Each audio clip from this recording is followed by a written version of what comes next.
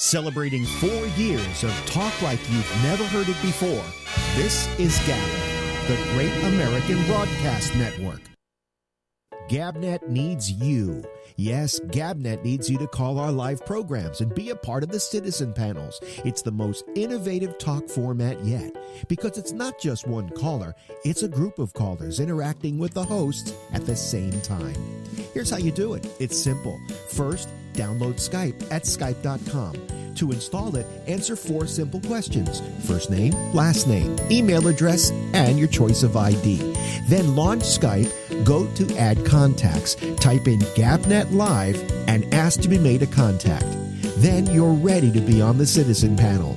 If you're too lazy, well, you can always call on the phone at 347-352-0079. That's 347-352-0079. For all the information and a call button for Skype, log on to gabnet.net. At the bottom of the page, you'll find a video on how to call us and how to use Gabnet.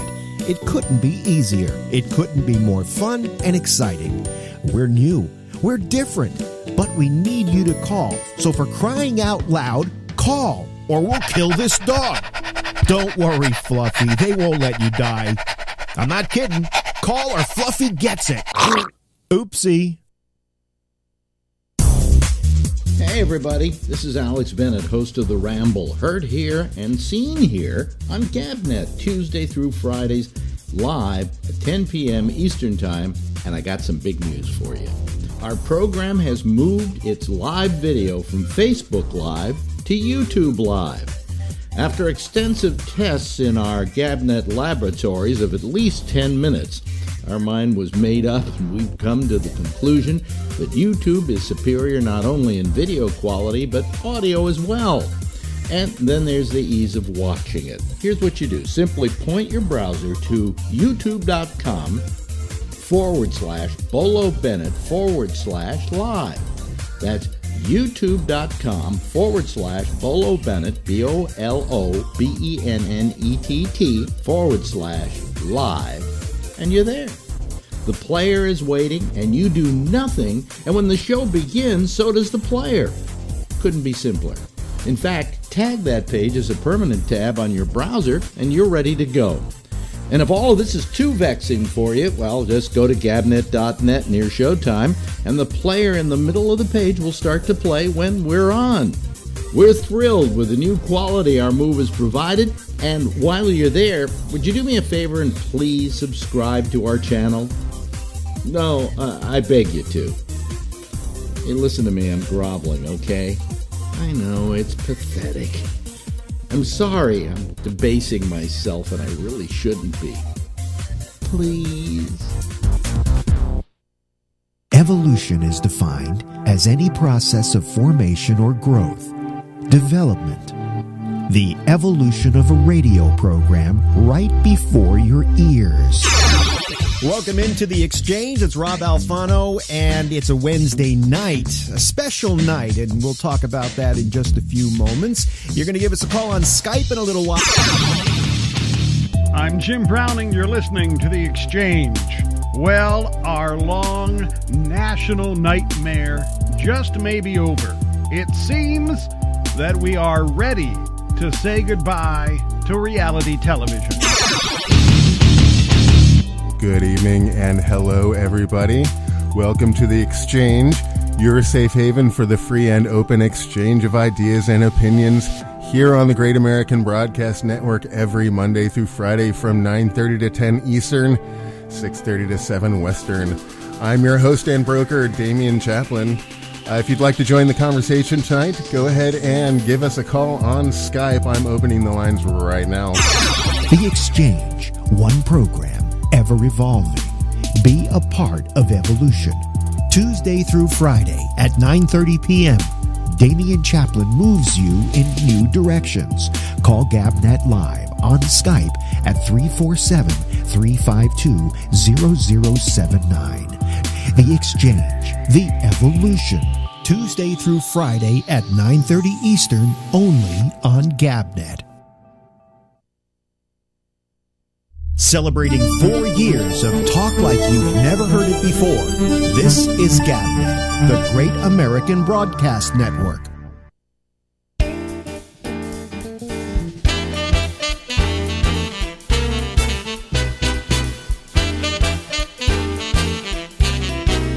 Hey!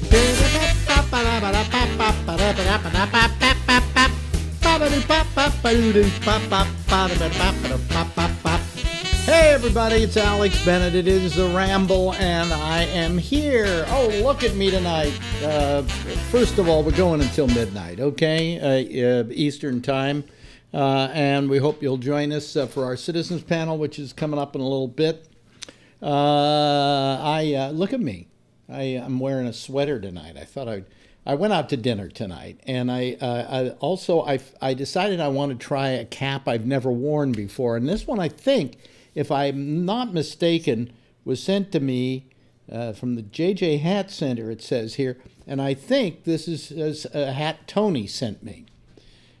Doesn't that make me look like I belong in Florida? Hey, how are you? Welcome to the show. Yeah, right. How's the beard coming along? Is the beard even showing up yet? Oh, well, I don't know. I'm thinking of cutting it off. I'm thinking of cutting off the mustache, too. Why not just go for the full Monty? Just give up totally, okay? But anyway, so here we are. I have no guest tonight. I will have a guest tomorrow night. I will have a guest on Thursday. But tonight I don't have anybody, and that means that I have to blab at you. And I have nothing to talk about at all. Well, yes, I do, but I'll get to that in a moment. So today, why am I wearing a sweater tonight? Well, because we went out to dinner tonight. And the reason we went out to dinner was that it is our 7th wedding anniversary. I think it's the 7th. I hope it's the 7th. I hope I'm right. If I'm wrong, I'll hear about it. And so we went out to dinner tonight. So our wedding dinner. She always has. One day she finds any excuse to go out for dinner. Okay, so like when it's my birthday, we have to have dinner. Go out for dinner. When it's her, there's this little piece of thread right here. Hold on a second. I got to get rid of this. It's driving me crazy. There it is, and it won't cut. There we go. Anyway, now I got a thread in my mouth somewhere. Boy, this is a gift that just keeps on giving, Tony. Anyway, so she'll take any excuse. So it says anniversary. Today's the 27th. She made the dinner appointment last week thinking that was our anniversary. Enough for her complaining about the fact that I don't remember when anniversaries are. Because as you know, we were in a court deposition recently, and as part of the deposition, the opponent attorney asked me, and what day were you married? And when were you married? And I went, I don't, I guess March 20. I couldn't name it. And the other attorney, the third attorney, who was a woman at the time, looked over at my wife and went, just like a guy. I can't remember when the anniversary is. So anyway, I never forget the anniversary now. It's the 27th. She thought it was last week. So she made the dinner arrangements for last week. Comes in to me and says, we're going out to dinner tomorrow night. I'm thinking, well, what half-assed reason has she got this time? And she says, it's our anniversary. I said, no, it's next week. I got it on my calendar. And sure enough, on my calendar, which she had sent an invitation to a long time ago, it says wedding anniversary. So she went, oh, okay. And she had to remake it for tonight. Anyway, now I bit the thread, and now thread residual is in my mouth. Son of a bitch.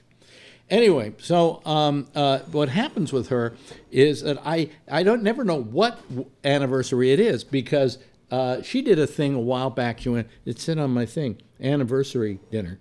And I went, wait a minute, this is October, I think. It's not any anniversary that I know of. And I said, isn't our anniversary in March? She says, yes, this is the anniversary of the first time we ever went out. I went, oh, okay, now you're finding every excuse possible to go out and have dinner somewhere. Okay, fine, good. So anyway, but it was a nice wedding anniversary dinner. And on top of that, I want to thank the guys at her job for having paid for dinner. The reason they paid for dinner is what happens is every year, it's a Chinese custom that all the people, guys she works with, that she takes care of, all give her a Chinese New Year gift, and it's cash. And it was enough cash, more than enough cash, for dinner tonight. So that paid for our dinner. So thanks to the guys over at City Capital for having given us a very nice dinner. But we had a very nice dinner, and I got her a gift. I don't have a lot of bucks right now. Okay, expendable income. Let's put it that way. I have money, but I don't have an expendable income. And part of having to know how much is enough money to live on is dependent slightly on when you're going to drop dead. So if you underestimate when you're going to drop dead, then you're left with all this money you never used. And if you overestimate when you were going to die, you're sitting there in some poverty-stricken hovel waiting for death to finally come and claim you. All right? Boy, am I depicting a very depressing world out there that's coming to all of you. Anyway, so you don't know how much money is enough money, I mean, hey, I've got enough money if I die in 5 years, 6 years, okay? We maybe have enough capital available to us if we live, both of us, to be 90, okay? But it's not like I'm spending it like crazy. It's not like I'm going out and, like my friend Shecky did this week, bought 3 Echoes, okay? Yes.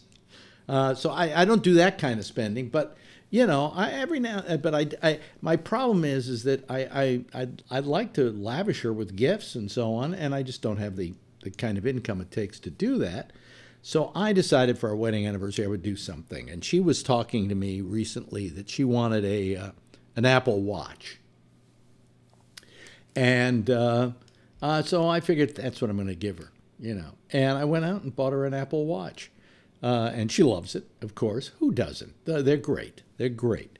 And I got her the smaller one because we put the big one, the one I've got here, on her wrist, and it just looked gigantic on her.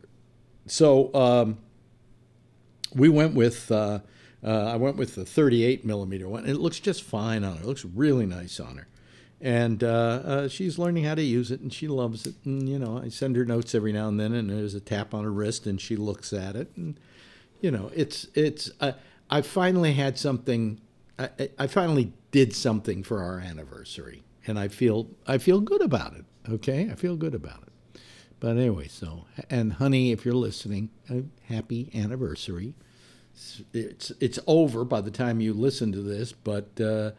It's not over while I'm doing this show. So happy anniversary, and it's been a wonderful 7 years. She said to me tonight, she says, so how have the last 7 years been? And I said, I said, I want to thank you. I said, you've made my life a lot longer because it's moved by very slowly. And she went, actually, it's been pretty good. I'm pretty lucky to have her. I lucked out. Not only did I get a really attractive-looking woman, and I'm not going to say for her age, an attractive-looking woman who is in great shape, and except for that back of hers, which keeps falling apart. I mean, she has no spine left, but that's okay. But, I'm very lucky that I found a woman like this at this point in my life, and I think a lot of people are are jealous of me that I have somebody like that, you know, and I plan to spend the rest of my life with her. Where am I going? What the fuck am I going to do, right? You know, today I was looking at an old, I'm restoring, it's been a real problem too. I'm restoring an old TV show that I did for Channel 44 in San Francisco. It is singularly the worst, I'm saying this in all honesty, the worst TV special ever done. Okay? It's just horrible. I watch it and I cringe. I mean, there are moments that I like it. I mean, I could take certain parts out of it and it would be an okay special, but there are other parts that are just terrible. But I'm restoring it and I'm going to put it on Roku. I'm not going to put it on YouTube because it has a lot of what they would trigger as copywritten music in it. And but it's an old show that we did, and I've been restoring it, and I've had to restore it because as I record the thing onto a file, it goes out of sync. And so a little bit of it is out of sync, but what I did is I found if I stopped and then started again, it would go back in sync again. So I've had to jimmy rig the whole show together, and I've completed it now. But, and I'm trying to remember her name now. On the show is about a 15-minute interview with Kate, what's her name, from Star Trek Voyager. What's her last name? I just was watching it. She wound up on Orange is the New Black. Hold on a second. I'm going to look it up. What the hell? You just stay right where you are, and I will look it up here. Orange is the New Black. Star Trek Voyager. Let's just do that. Trek, and then Voyager, and okay, Kate Mulgrew. Okay, so I've got an interview on it with Kate Mulgrew. And how old was I when this show was done? God, that show was done in I don't really remember. I think it was early 1990s. Okay, so I was about at least 25 years younger than I am right now. So that would place me. I was 55 when I did it. Because we were talking about getting older and how it's nice that her career hadn't gone that well. All of a sudden she got Star Trek Discovery and her career is going well. And I said, you know, that's terrific because as you get older, it's nice to know those things happen. And I said, at my age, and she, well, how old are you? And I said, I'm 55. And she said, no, you're kidding me. You look so much younger than that. Well, I sat here going, does anybody say that about me now? Like if I say, hey, I'm 78 years old, do I get a large round of applause that says, no, you look a lot younger than that? Certainly not with this fucking hat. That's for damn sure. I look like I belong at a golf course in Boca Raton. Anyway, let me have some coffee here. Oh, I don't have my soda with me. Ooh. Suppose I get thirsty. If I get thirsty, the citizen panel is going to have to do without me for a couple of minutes. I forgot to bring in my my soda. So, we'll wait till we get to the citizens panel, and then if I get thirsty, I'll tell them to just keep talking. I'll be back in a second. I mean, they leave me to go get soda. Why can't I do the same thing? So anyway, so I will have that up on Roku soon. Roku TV, Gabnet TV, not the regular Roku channel, but Gabnet TV. And the reason why it's on Gabnet TV is that's a different channel I've set up that I'm doing some work with using a new format they have called Direct Publisher. And I've put a lot of new videos there of old comedy shows and things like that. So I'm trying to restore anything from my past. So I'm going to do this as its own little special category of the worst TV special ever. And it was called Alex Bennett Wired Again. Now, the reason for the title was, hey, when I was younger, I used to get wired, right, do drugs and so on. And now, in the days of computers, I'm wired again. So we called it Alex Bennett's Wired Again. Great title, right? Good title. I thought it was one of my better titles. So now it's 2 days, 3 days before the show is going to air. The ads have gone into TV Guide, Alex Bennett wired again, see it on channel 44, cable 12 on most systems, and we get a cease and desist order or letter from Wired magazine. Yeah, those fucking pricks. They've got this thing, cease and desist, stop. It's not a cease and desist order. It's a letter saying, do not use the name Wired in your title. That's copywritten. Now, to begin with, the TV station agreed with me, and they agreed that Wired magazine didn't have a case.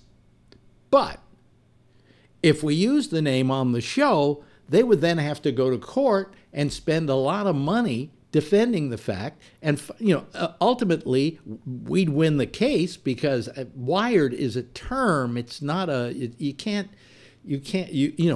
copyright they can copyright the way in which their wired is spelled on their masthead.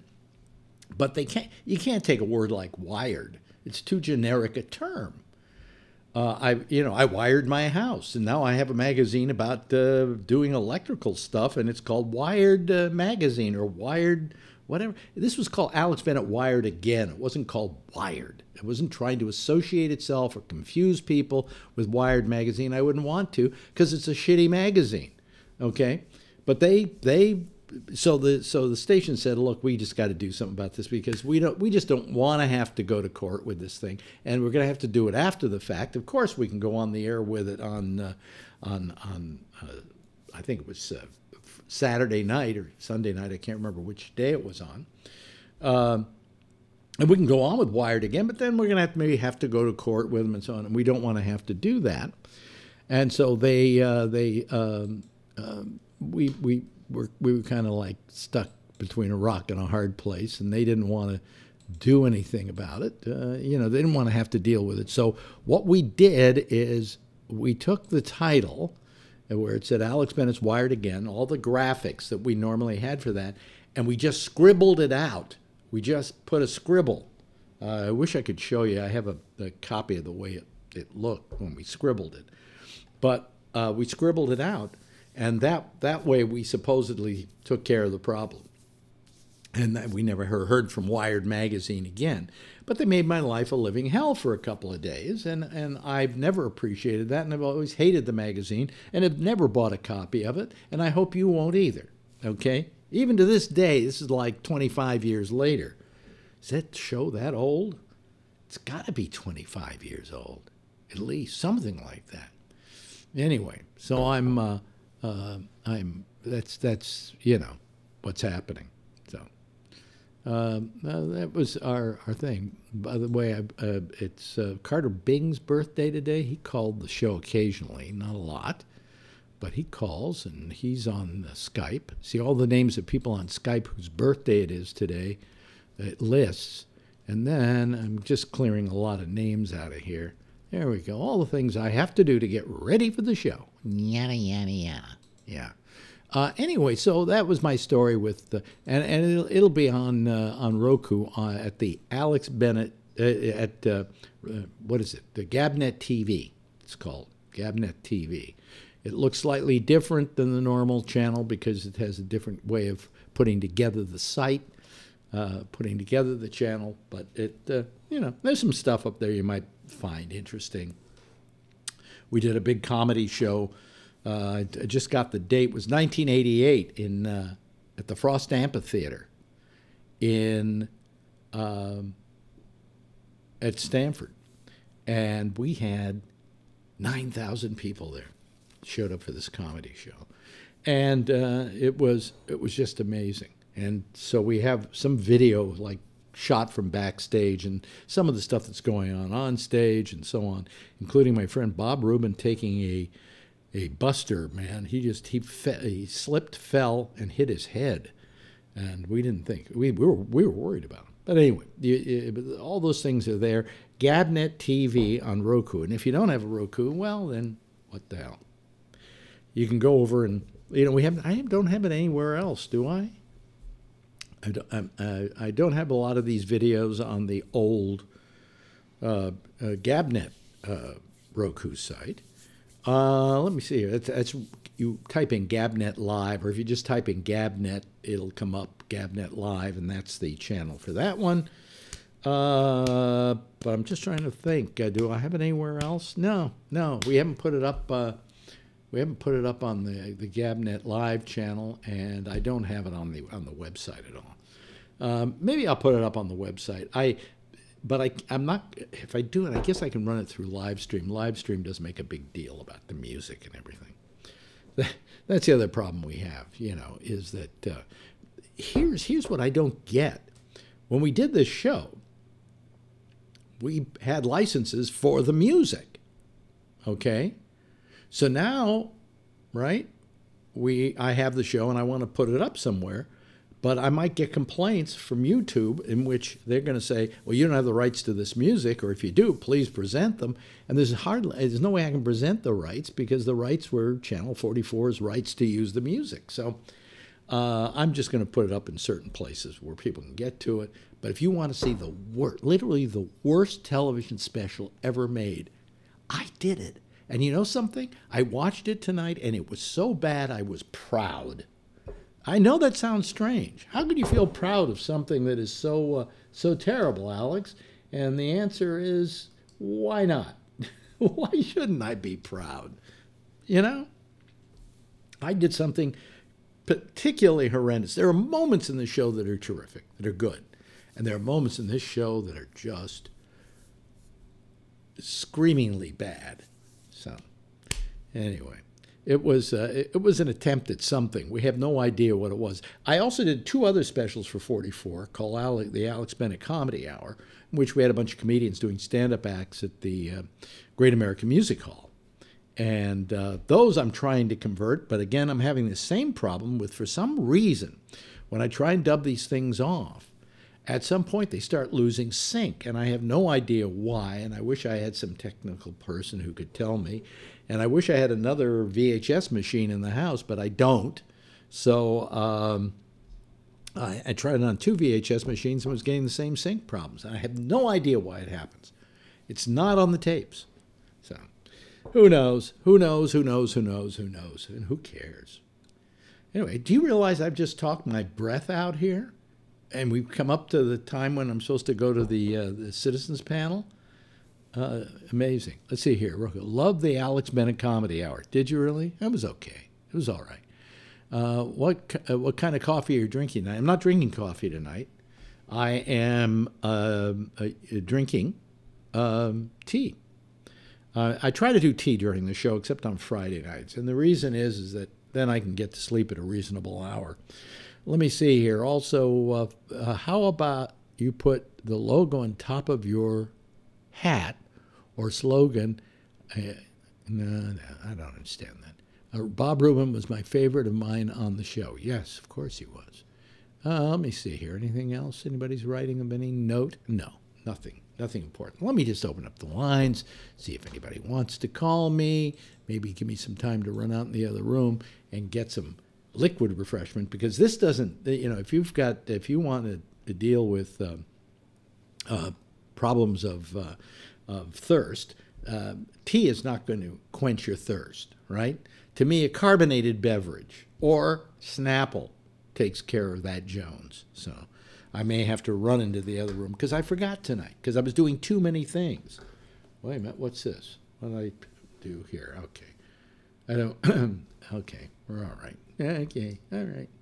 Yep. Let me see here. Where are we? Hell, what happened? I've lost something here. Hold on a second. There we go. I pushed the wrong button and something happened. So anyway, we're waiting for people who want to call us, whenever that may happen. The Gabnet lines are open. If you don't know how to call them, you can go over to gabnet.net. Don't worry, you're not going to miss any of the show if you're watching the video version because it's playing right there too. And you can go right over there. And on the right-hand side of the page tells all the ways of becoming a part of the Citizens Panel. You have to get you have to get Skype. But if you don't have it, no problem. There's a link for you to get Skype. If you need to call us using Skype, no problem. You just warm it up and turn on Skype and then click on a little button that's there and it'll call us. I mean, a lot of different ways you can do it. But on the right-hand side of the page, it gives you every way you can call the show, including the telephone, which is the least preferable. But that's only because we can't see you. And you can't see us, and it just makes it a little more difficult. Hey, guess who we've got here, ladies and gentlemen, wearing the same kind of hat. It's Gabnet garb. This is Gabnet garb. What kind of pants are you wearing? The standard Gabnet. The Gabnet. Here we go. Yeah. Let's show them. You know. Yeah, mine's the same color. Mine's. Do you remember a movie with Clint Eastwood, Heartbreak Ridge or something, where his recruits all had to wear the same T-shirt, but he never told them what T-shirt he was going to wear. And when they didn't have the right one, then they had to pull theirs off and go without a T-shirt into the sun. No, I don't remember that. Oh, okay. Yeah, I think Heartbreak Ridge. Here comes Ray Renati. He's joining us. Hey, Ray. Hey. Hey, hey. Hey, hey, hey. Yeah, let me say this about Phil. You look happy tonight. You look more relaxed than I've seen you in a long time. I have been sleeping for hours for the last couple of days. See, I have a producer that comes in and brings me my coffee. I see. Nurse Faye? Yeah, Nurse Faye. Yeah. Wow. You know, I know what it is. What? I tilted the screen, and it doesn't give me as much neck pain, and the angle of the camera is better. So yeah. Also, but you should go to your camera and turn off the auto focusing because it's kind of pulsating a bit. Okay, this is I'm using the standard software. Mm-hmm. Well, anyway, I knew you wanted to get focus auto. Okay, I see that. Take it off of autofocus. Save. Mm-hmm. There you go. See, now you're not going to pulsate on us. All right. Yeah. So when's the bag coming out? Thursday. Thursday. That's more than 9 days, isn't it? No. They put it in on Monday. So it should be out Wednesday. Well, Monday they usually say 10 to 14, so I'm pushing it, but yeah. They just the way you haven't been able to leave the house or anything, have you? Actually, this morning I had made an appointment for an estimate. You went for a jog and splashed everybody in the neighborhood. No, I went on an appointment because I didn't want to disappoint the customer, and I had made this appointment thinking that I was going to be up and running, and it was just the other day that I could get out of bed on my own. Yeah. So, without having to be pulled. Yeah. And have a little step ladder for assistance. So no, but I feel pretty good. Yeah. And so how did you hide the bag? I mean, where do you put the bag? Where do you get a? I have an overcoat that is it's actually a really nice overcoat. It's cashmere and wool. Yeah. And it's one of those 3/4 coats. Yeah. And I wore that. Oh, and you hooked it with the pad with your. I hooked that to my pocket on my pants, and then you couldn't see it. Oh, okay. So you don't have to keep using the bag for an extended time. It's just a short period. I'll find out on Thursday. Oh, okay. They say that normally they can remove it, and I go back to normal function. Oh, great. But of course, if they go to remove it on Thursday and something isn't normal, either that or it might be diaper time. Yeah, well, it probably I'm gonna be getting some Depends. Yeah. Friends are saying that they make thin designer ones. Oh, that's wonderful. Yeah. Costco has them in bulk. So I know Costco. A girlfriend and I have done several videos that we've put up on Facebook of us walking past the Depends and her yelling, "Hey, Alex, are you running out of Depends?" And I say, I say, no, but here's something you won't need, and I hold up the tampons. Yeah, but I understand it was a cruel stroke of fate that Marjorie needed the Depends and you didn't. Yeah, she needed them for a while. I can't remember what the thing was. She was sick or something, and she just had a leakage. She doesn't have it anymore. By the way, I just want people to know so she doesn't come home and go, "I'm not leaking anymore. Don't tell people I'm leaking." You know. Well, I will probably leak a bit. They say that that's one of the side effects of this operation, and that I'll have to do Kegel exercises to be able to control that. Mm-hmm. And I don't exercise anything else. I don't know if that's going to work, but I'll do my best. And because I'd rather not wear them. But I figured I would buy a small package rather than go to Costco, hoping. So you won't have extras lying around the house when you don't need them. Yeah, that's. It's not like toilet paper, where it doesn't matter how much toilet paper you buy. You're eventually going to get to the point where you go, we're down to one roll of toilet paper. You could buy 10,000 rolls, and at some time in your life you would go, "Oh God, we've run out." Yeah. But you might not do at the store. Hey, if you need the Depends, you need the Depends. The only thing that bothers me is that I've got another PSA test coming up because of my yearly examination with my normal doctor. Yeah. And I get a thing from my urologist who said he wanted to see me in 6 months, in spite of the fact that my PSA went down. And the fact that he went in there and did a rectal. What do you scope? Scope, whatever that is, and didn't find anything. Said there's some calcium deposits in there, but outside of that, it looks okay. Come back and take another PSA test and come back and see me in 6 months. Why? And the only answer I have is something that makes me distrust the doctor, which is he wants to pad the bill. Maybe he likes your asshole. Every time he sticks something in my ass or wands me with this, what do they call it? The thing they do for pregnant women. Sonar.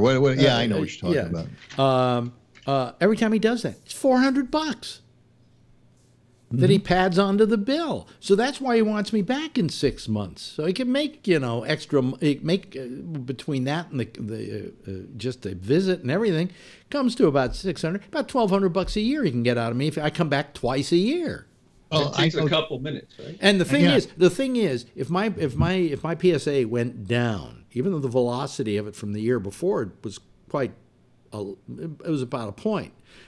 Even though that was the case, it went down. So that shows that nothing's progressing. Why do you need me in 6 months? Nothing much is going to change in 6 months either. Give me a year, and then you can see the difference. Lift your hat a little like this, and put a black light, and just see if it says Porsche over here. Yeah, exactly.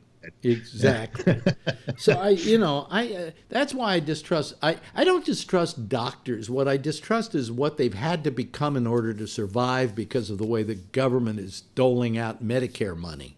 It just gets worse and worse every year for them. When it should be the same, they should be able to make a reasonable living. But when they've got a Medicare patient like me, they got to have me coming in every 6 months in order to make a profit. So what the hell? I don't know. So I go through. So I have to go through this terrifying situation every 6 months because he wants to see me. And actually, I shouldn't be taking PSA tests at my age anyway. Yeah, that's true. It's just maybe you enjoy it. No, it terrorizes me. Hey, Ray, how are you? Yeah, I'm okay. I'm okay. That's a qualified okay. I had a rough 24 hours. What happened?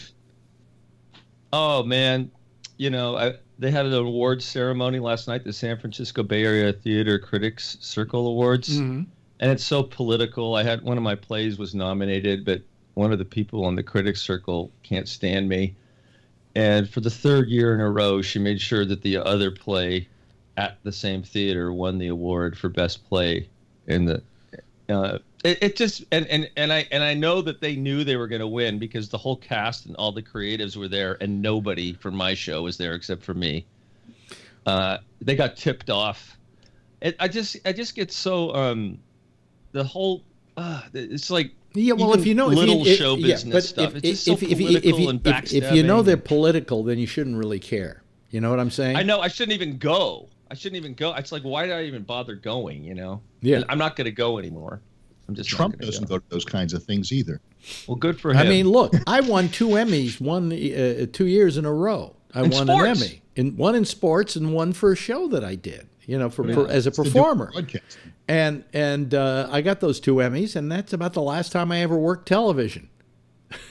You know, so I got an Emmy. You know. Yeah, that's great. But what does the award get me? It doesn't get you anything. The only thing good about this award was that for the local Emmys, you know what they did? They'd send the judging up to Seattle. In other words, the Seattle chapter would vote on them. Oh, that's good. And they would look at the stuff. So they wouldn't have any prejudice about, I don't like Alex Bennett. He does a morning show, and I don't like what he does or whatever. It was done completely in an atmosphere of being non-prejudicial. And that's why I think it meant a lot to me, actually. Yeah, then it's real. So you won a sports Emmy, right? Yes. A lot of people want me to give it back, yes. But actually, I love that thing you did that won the Emmy. That was hilarious with the Beta Breakers thing? The Beta Breakers thing. That was so funny. You know, I'm just wondering, is there some way I can finagle getting the opportunity to shoot like an Olympics or an NFL Super Bowl? You know, Alex writes a letter. Hey, I'm Emmy-winning sports person, and we want to send our staff photographer. But then they're going to ask the next question: does he still have his prostate? When you say no, that's it. You don't get the job. Yeah, because they can't have you go taking a leak every 10 minutes. You got to be shooting the damn game. No, he won't. No, that leaking stuff, taking a leak every 5 seconds is over. That's right. He's going to have. You'll have your defense. He's going to have one hell of a stream all the time. Yeah. Well, you know, this bag thing is fairly convenient. I mean, you don't have to get up in the middle of the night. Yeah. It's not bad. Yeah. I don't know where it all comes from. I have so much. I fill that bag so many times a day. I have no idea where that stuff comes from. Well, you got to realize how big's your bladder. I think it's pretty large. And it can really stretch. Yeah, it can really stretch. Yeah, so I mean, you can get many pints of urine in there. Oh, many pints flow out. You know? Yeah. Well, you know, after I'm through with the show, after the tea and everything, I'm ready to. I'm running free.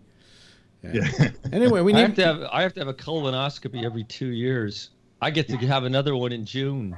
Why every 2 years? Because I have all these precancerous polyps every time. Really? See, what happens is supposedly you have to come back in 3 years if they find polyps. If they don't find polyps, well, maybe come it's back 3 in years. 5. Maybe I got it wrong. Yeah, probably got it in 3. I don't mind the colonoscopy. I mind the cleaning out process the night before, but otherwise, geez, that stuff. It's like drinking seawater. Well, no, you're using the wrong stuff. Oh. There is a thing. What is it called that I take? It's fruit flavored. It's in a small little bottle. Oh, really? And you take it. There is another preparation. Ask your doctor. Okay, I will. It's called. What is it called? I'm gonna have to. It's gonna. I saw it on the internet, and I was wondering why they didn't give that to me. So I'm gonna try. I'm gonna try to get them to give that. My doctor, whenever he wants me to clean out, he gives me says use this stuff, which is the stuff you were using, the phosphorus stuff. Yeah. And the fact is, I said no. I said last time we did it, we used this other. Oh, go use that then. Oh, I'm going to do that. Because drinking the gallons of the ocean water. And by the way, one of the moments I was proudest of in the last couple of years, I don't know why I was proud of this, but after the colonoscopy, coming out of it, my doctor comes to me and says, "Boy, you really cleaned out well. That I did a good job of cleaning myself out." And I went, God, that's almost as good as winning an Emmy. You know, I mean, They could just give Emmys for that. Yes, exactly. Is anybody going to call besides these two guys? Not that I mind having them. They're both verbose and good at talking. But anyway, don't worry about the fact that you know why you didn't get the award, so fuck them. Yeah, no, I'm fine now. It just, I was just thinking about it. Nah, I'm past it. Well, what's this new play you're going to go into on the 28th? It's called You Are My Sunshine. It's brand new play, just written, she's been working on it for 9 years. Yeah. It's ready to go. We're going to, it's about her great uncle who was wrongly accused of murder. Wow. And his story. So it's kind of a true story. There's going to be music in it. It's a good play. We've been joined by Vernon Nunn, the master of Morse code. Everything. Gosh, that's so cool. It feels like the beginning of an RKO picture, doesn't it?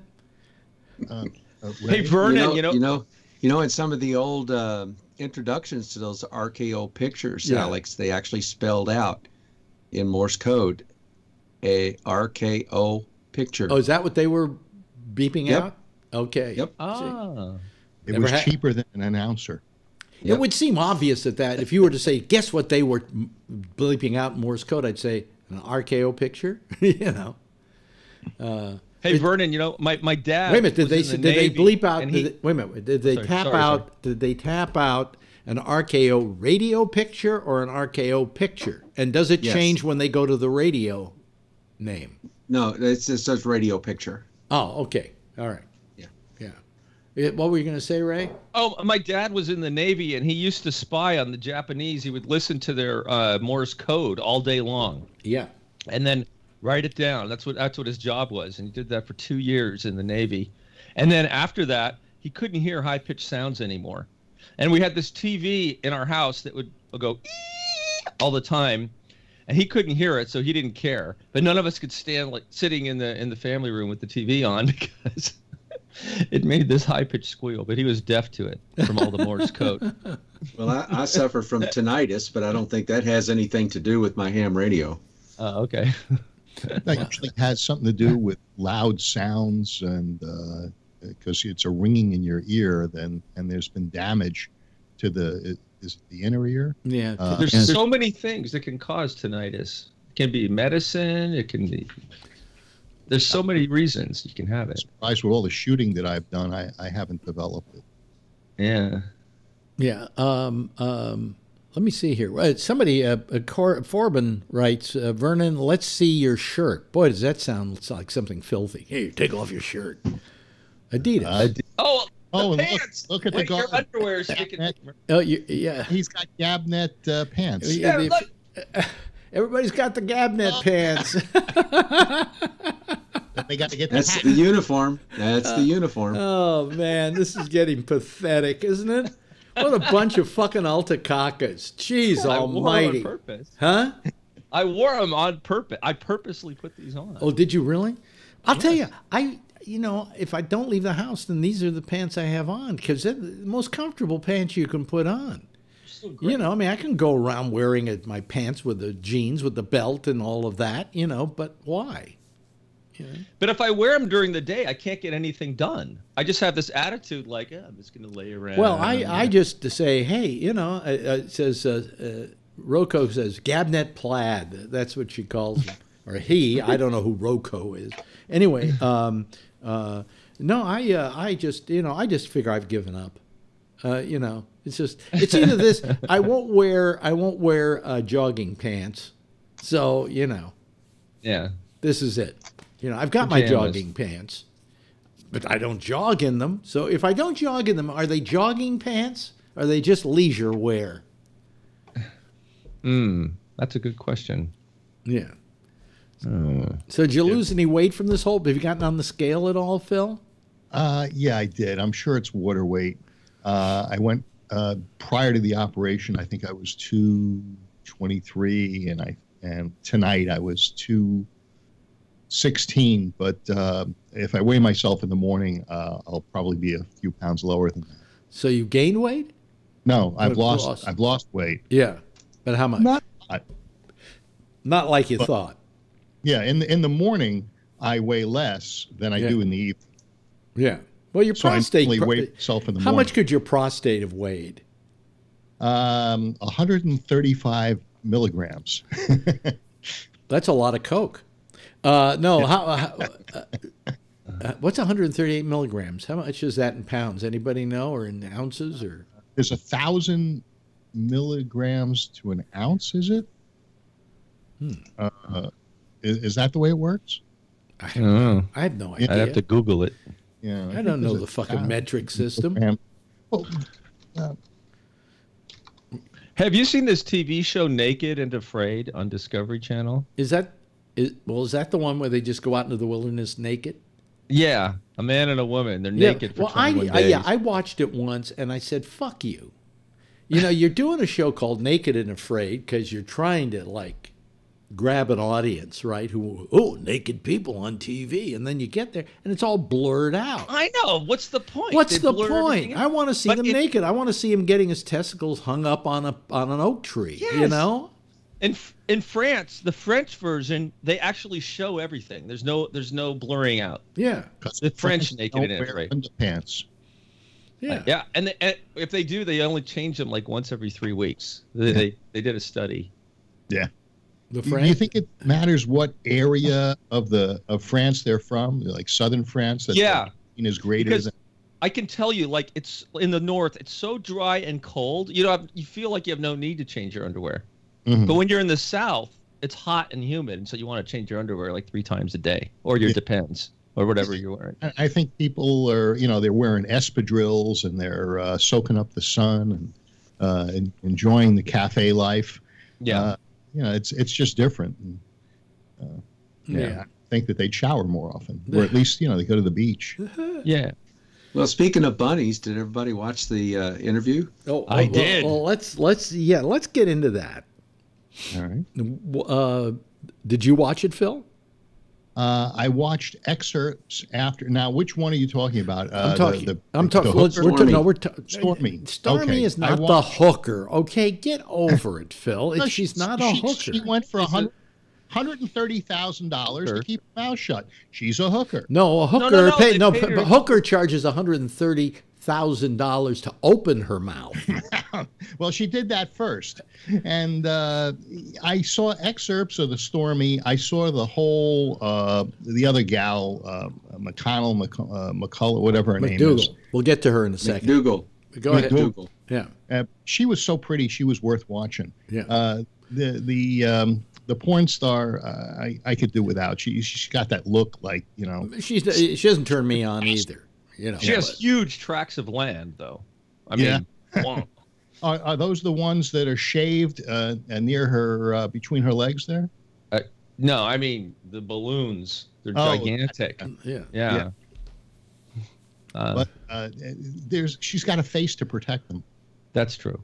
Yeah. Except when she was younger, I saw pictures when she was younger. She looked a lot better. Her mug. She had a nicer mug. Hey, we all did. Yeah, that's true. That's for sure. Yeah. But anyway,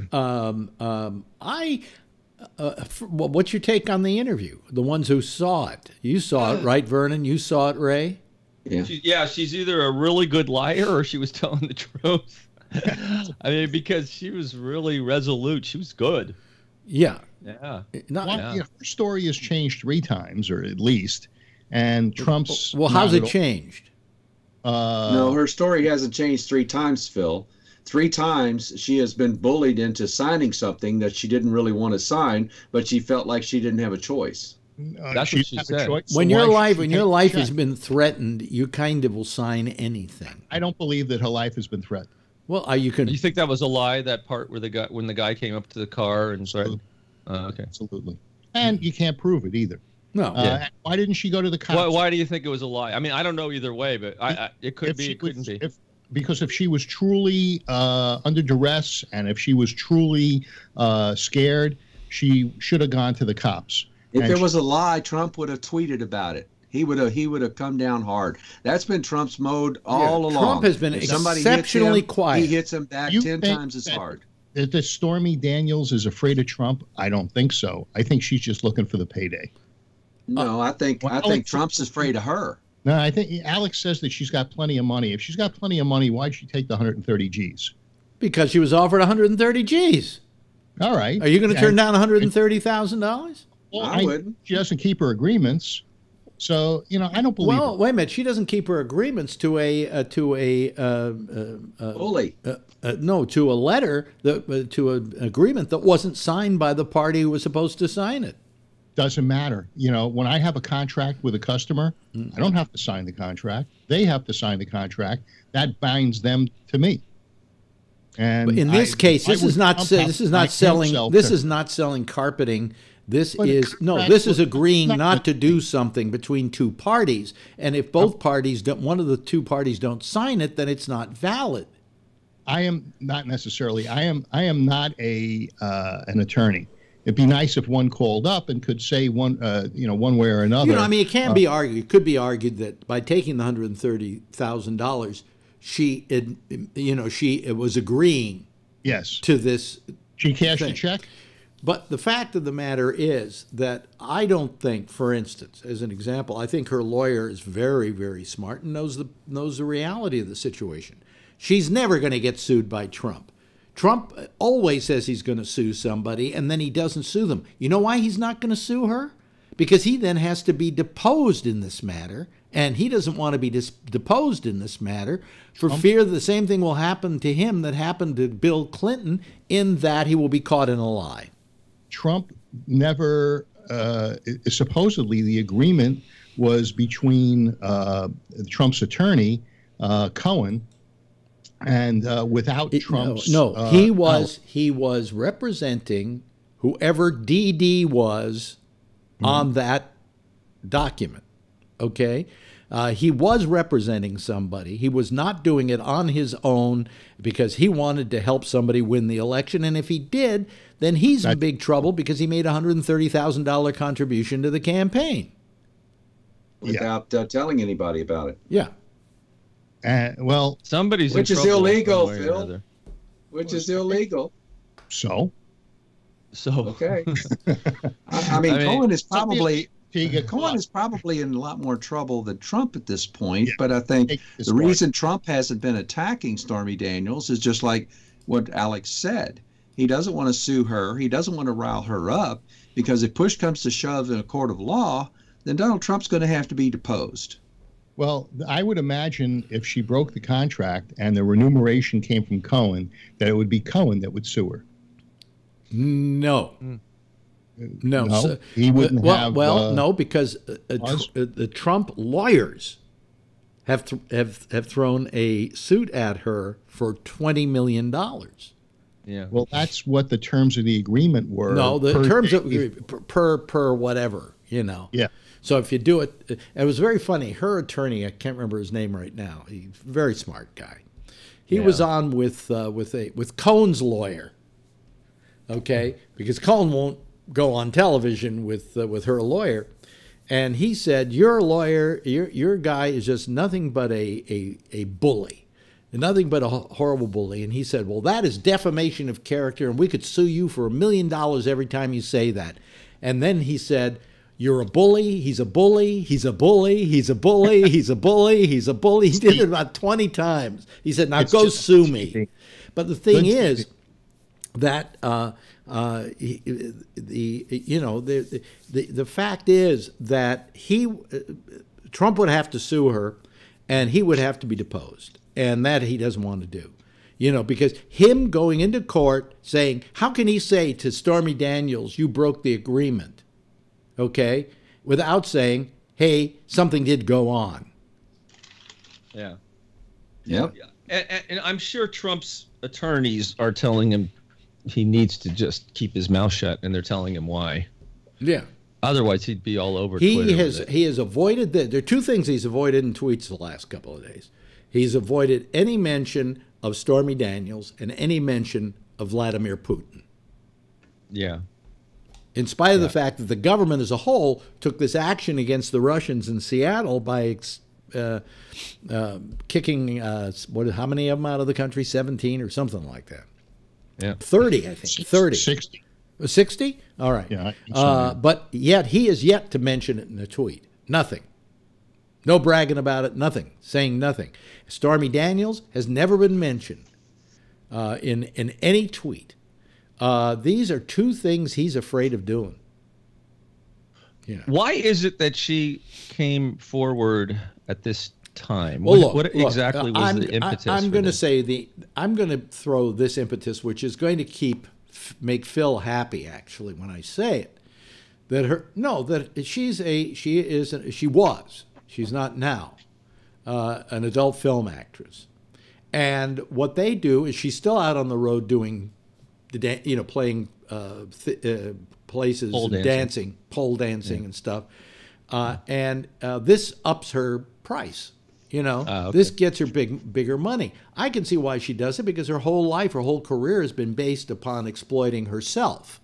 All right. I think there are people that approached her that have an agenda and are using her as a pawn to push that. I don't think so. I think she's doing it because she also sees the name Stormy Daniels is getting out there. There are possibilities of books. Certainly, her fees go up at all the clubs she plays at. This is good business for her. Okay. She even said that. She said that she's getting a lot more work now and it's much better paying. Right. She said that on the interview. Now, I'm going to place this interview the other night with Stormy Daniels against the interview with Karen McDougal, both done by Anderson Cooper, by the way. How many of you saw the Karen McDougal interview? Okay. I didn't see it. If I were to say, after we watched Stormy Daniels, I found on CNN, I found the interview with Karen McDougal, and I played it for Girlfriend. And after it was through, we both looked at each other and said, that's the most important of the two interviews. The Stormy Daniels is a woman who one time was in a room with Donald Trump, spanked him on the butt with his magazine, fucked him because, hey, why not? If he were one of my co-stars, I'd fuck them, fuck him and shut him up and leave, okay? And that was about professional courtesy. It's about what happened, nothing more than that. And then he called her a couple of times, but she never went to see him again. All right. In the case of Karen McDougal, we have a woman who for 9 months was going out with him on a rather consistent basis and saw him on a regular basis and had sex with him numerous times. And it shows what and she, on the other hand, claims that she loved him, that he kind of said to her that he loved her. She's claiming all kinds of things very reputably. And all the while being married.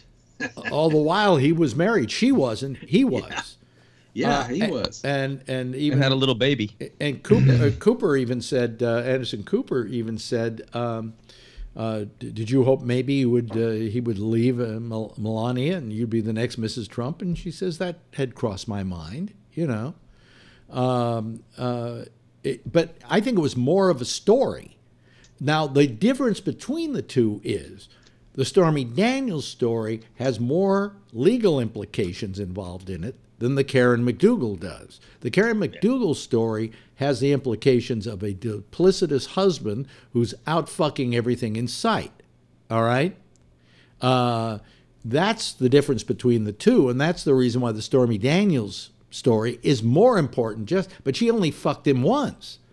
But there's not that same...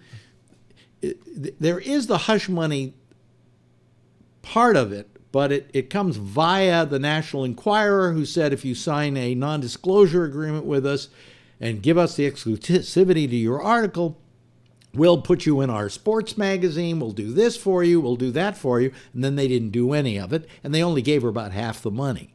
Okay? Some of it. Yeah, but that's harder to link back to the president than the president's own lawyer. Okay? So that's why the Stormy Daniels incident is so important. Well, McDougal was well-spoken, especially about the affair part. Yeah. When it came to the last half, which I don't remember what the subject matter was, it didn't seem as as well put together. Or well, I think she basically was saying she wants to own the story.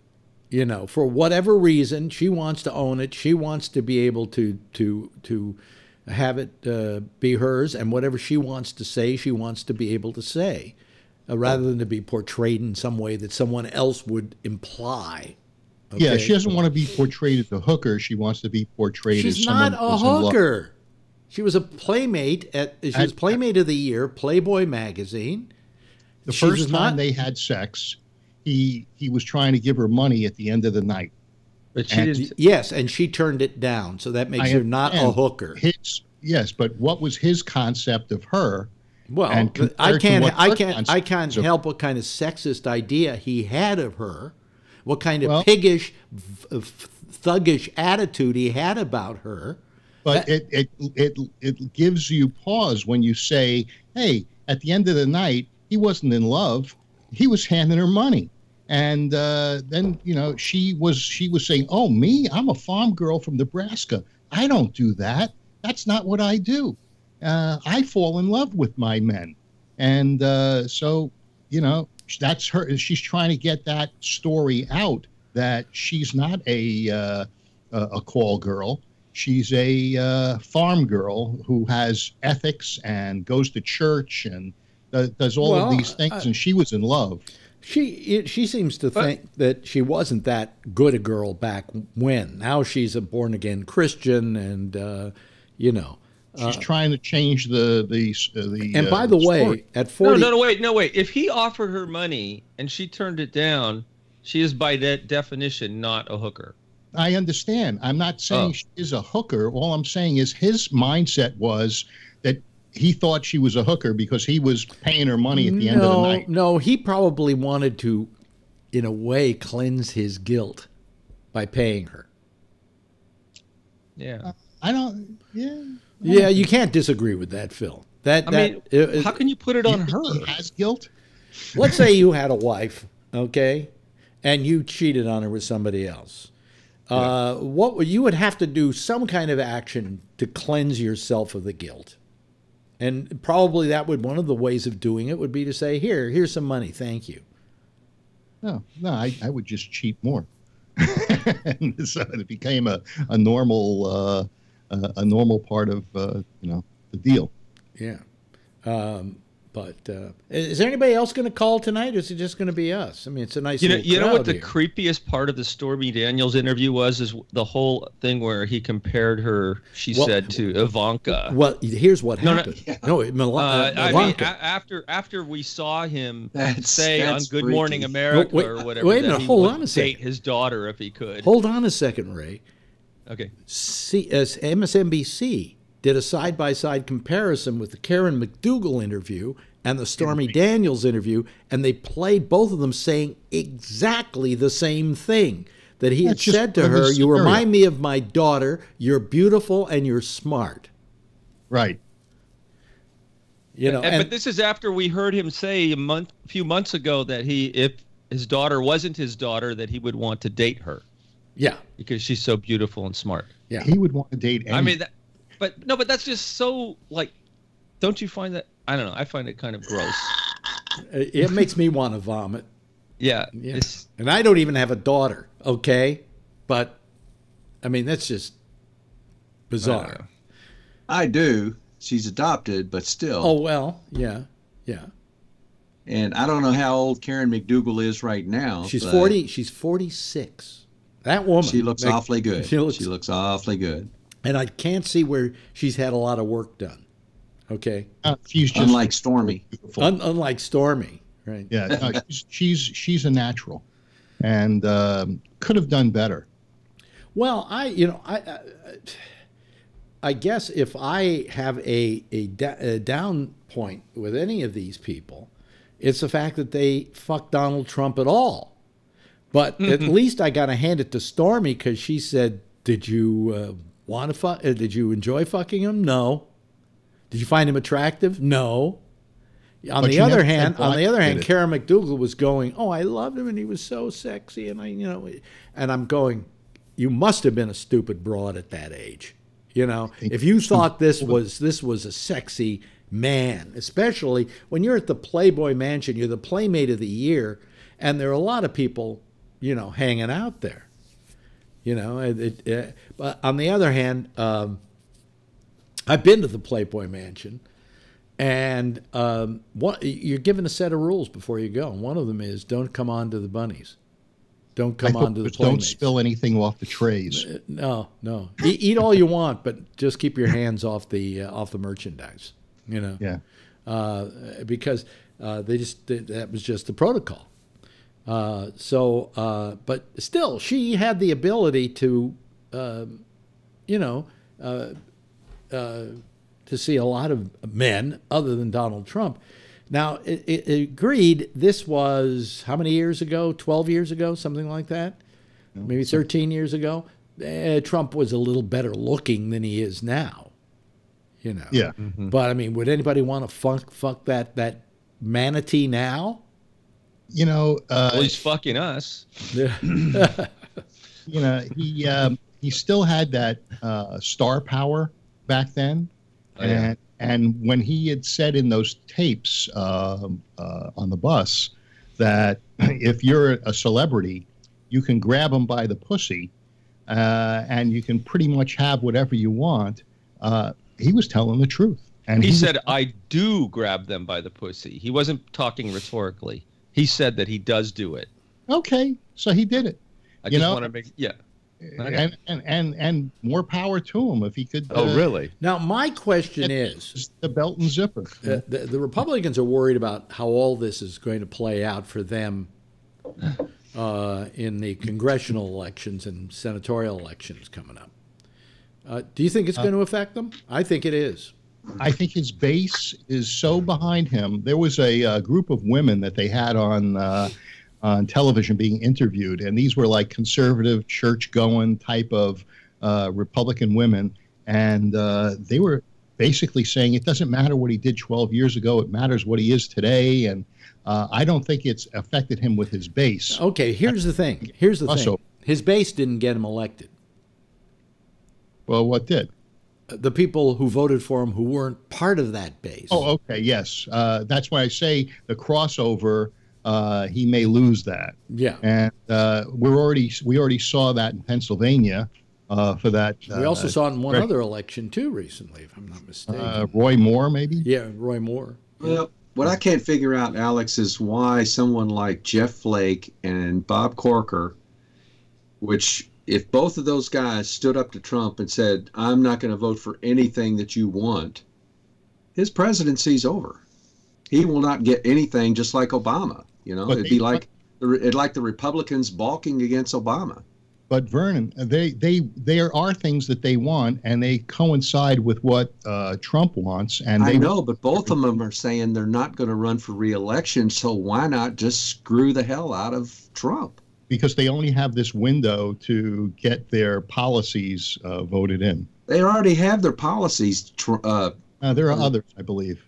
No, Phil, the big thing they wanted was that tax cut. All right. Okay. And the rest of it is deregulations. But I saw something on Huffington Post the other day that while Trump is bragging about for every new regulation, he gets rid of 2. What? Yes. Anyway, in this article in Huffington Post, it was saying how a lot of regulations that Obama ushered in on clean water and things like that this administration is backing. They're keeping them. Yeah, it's just that there were so many regulations that were introduced in the Obama administration. The country became over-regulated. And he is. Well, that's a Republican talking point as far as I'm concerned. There are lots of regulations that are in force right now that were not enforced when I was in high school, that were not enforced when I was in college. Phil, but they're in force right now, and I'm alive right now because of government regulations involving seatbelts and airbags. Because I was involved in a head-on collision in a Honda Civic. And if I hadn't had seatbelts and airbags, I would have died that day. Is Trump taking away seatbelts and airbags? No, but this is the same thing. There are people right now who won't wear their seatbelts just because I'm an American. I have the right to do whatever I want. Those people that claim that they're natural citizens and they don't have to answer to the laws of the country, those people are nuts. Have you seen them on YouTube where they get pulled over by a cop and they say they don't have to identify themselves, they don't have to do any of these things because they're a free American or free something or other? Oh yeah. Yeah. That's crazy. I don't know where they get these people. I have you guys keep talking. You guys keep talking. I just want to go get a Snapple. Soda. Okay. Get me one too. Okay. Yeah, I like it how the cops almost always arrest them when they do that. It's so talks ridiculous. Amongst ourselves. Talk amongst yourself. Yeah. So not only do they arrest them, but they always want to see the supervisor, and it's usually the supervisor. Yeah. What's the cuffs on? Yeah, exactly. It's like a cop. I mean, if you don't give a cop if you don't answer their questions and give them what they want, they can arrest you. I mean, It's basically all there is to it. Yeah. You know, they might not be able to keep you very long, but they can arrest you until they determine who you are, and then they can release. These people are so stupid. It's incredible. Yeah. I don't know where they're getting their information. It's wrong. Yeah. They probably get it from us. Yeah. Yeah, they watch us too much. All 34 of them. Let's see, how many we got right here? Hey, Alex, have you adjusted your camera? Because it seems brighter. On here. Yeah, what, Vernon? Have you adjusted your camera? It seems brighter tonight than it did the last time I was on. Which one? This one here? The one I got my finger on? The one I'm looking at you on right now. Oh, that's my that's only the oh, wait a minute. Is it which one am I blacking out right now? Skype. Yeah, that one. Yeah. Well, the reason is that I got to go look at it. I very seldom check on it. It's not one I use. Okay, it's not the one I use. Multiple cameras. Yes, I have one I use for the air and one that I use for Skype. I have to have two for either one. Yeah. Video settings. Here I can. I think I can bring it down. Can't I? How do I do it? Your YouTube one looks better. It's not as bright. Right. YouTube, of course. It doesn't matter on the Skype because the Skype is what goes out. Okay, exposure. Bring it down. Oops, wait a minute. Right light, do away with that. And then bring this down. There we go. It's a little better. Yeah. Is that a little softer? A little softer. Yeah, a little more desaturation. Yeah, brightness. I'll go black and white for a minute. No, that's too much. Too much. Oh, here we go. Here we go. Gain. You got a hot spot in the left corner. There we go. Gain. There we go. There you go. There you go. That's pretty good. Yeah. That looks better. Color intensity. I can bring that up a little bit. There you go. There we go. No, not too much. No. Right, it makes your eyes look red. Are too yellow. Yeah. The doors are yellow. There we go. Black and white. I like that. Yeah. Too much the other way. That's Cabinet Noir. Is that okay? Is that all right? Yeah, that looks good. That looks good. Okay, good. All right. So it's the camera that the audience doesn't see. It is the camera that we use for Skype, but it's not the camera we use for the air. That's one in which I have it for that. How about a couple of votes on which photograph I should enter in the contest next week? Oh, really? Okay. Okay. Right. Okay. Let me blow you up to full size here so that the public can see it, and put it up higher. There we go. Oh, this one is an airplane. Right about there is good. Yeah. Yeah. And 60 feet of water. Yeah. That has been down for almost 70 years. Oh, that's very nice. That's very nice. This one is this is a black and white one. This is Matisyahu, who is a Hasidic rapper. Yes, I know. And this is him. And then the black and white that I'm not so sure I'm going to use is this one. This is Sarah Jane. It's a model shot, and it doesn't show anything salacious, but so which one would show me the Matisyahu again, because I was too busy adjusting something here. All right. I think the first picture would be my choice. The plane. Yeah. Okay. Yeah, what do you guys think? Would you agree with me? Well, Yeah. What contest is this, Phil? Oh, I belong to a photo club that Yeah. meets twice a month. And they're part of the Northern California something or other where there's 14 clubs. And so if you get a number one, which I have every 2 weeks since I joined them, it goes against the 14 other clubs and gets judged. So they have professional judges that come into our meeting and they critique your stuff. And then if and when you win, it goes in to be critiqued in a competition amongst 14 clubs. Is there a theme or something for this? Every different one has a theme. Sometimes it's journalism, sometimes it's pictorial, sometimes it's color, sometimes it's black and white, sometimes it's projected images. And what is it for this one? Well, they have three. They have a projected, which I haven't put anything in yet. They have a color and a black and white. Okay. So I was going to submit one for color, one for black and white, and the thing about the plane is that the deeper you go, the more color you lose, because water filters color, and so I have to write a little ditty. Should that be the one I end up submitting? Well, you don't have to make an excuse for the color. It's very nice the way it looks. No, it's not. But what it is there is many people aren't accustomed to taking photographs underwater. Mm-hmm. And How deep is the plane, Phil? 60 or 70 feet. Whoa. So I think you lose red, then blue, and then green as you go deeper. How about the people on the? Let me ask them on the chat room. Which one would you take? They'll say none. It's going to take a while. There's going to be a delay, right? Yeah. Yeah. I figure it's also this is a older group of people, and in a retirement community where this club is held, and almost all of the members are retired, and they have more money than they know what to do with, and more time, and these guys travel to India and Thailand and all sorts of places, and they come back with some magnificent photographs, and I don't know when my streak is going to end. But so far, first place each time. And that's great. Congratulations. I like them all. Who knows, It's so subjective. Yeah.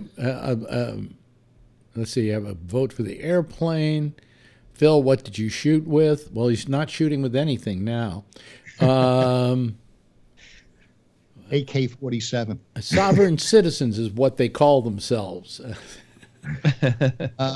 I actually shot that a few years ago, and it was with an Olympus 50-50, which is just a prosumer camera that I had an underwater housing for.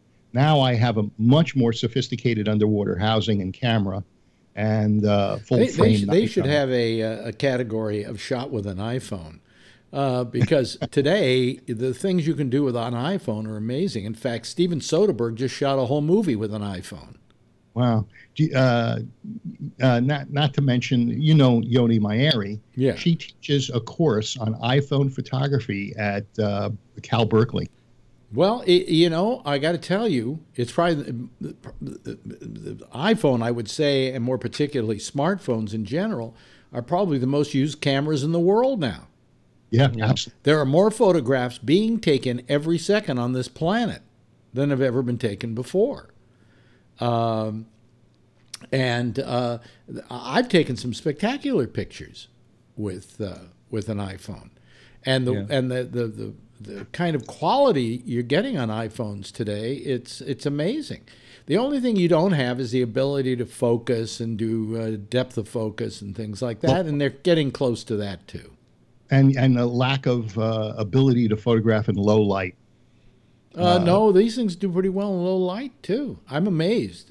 Actually, if anything, you can't adjust that so that it will suck out whatever light it finds rather than you adjusting to whatever light you want it to find. Oh, it's all automatic, but I've taken a number of pictures with an iPhone, and there's motion blur because there just isn't enough light for it to do what it has to do. Right.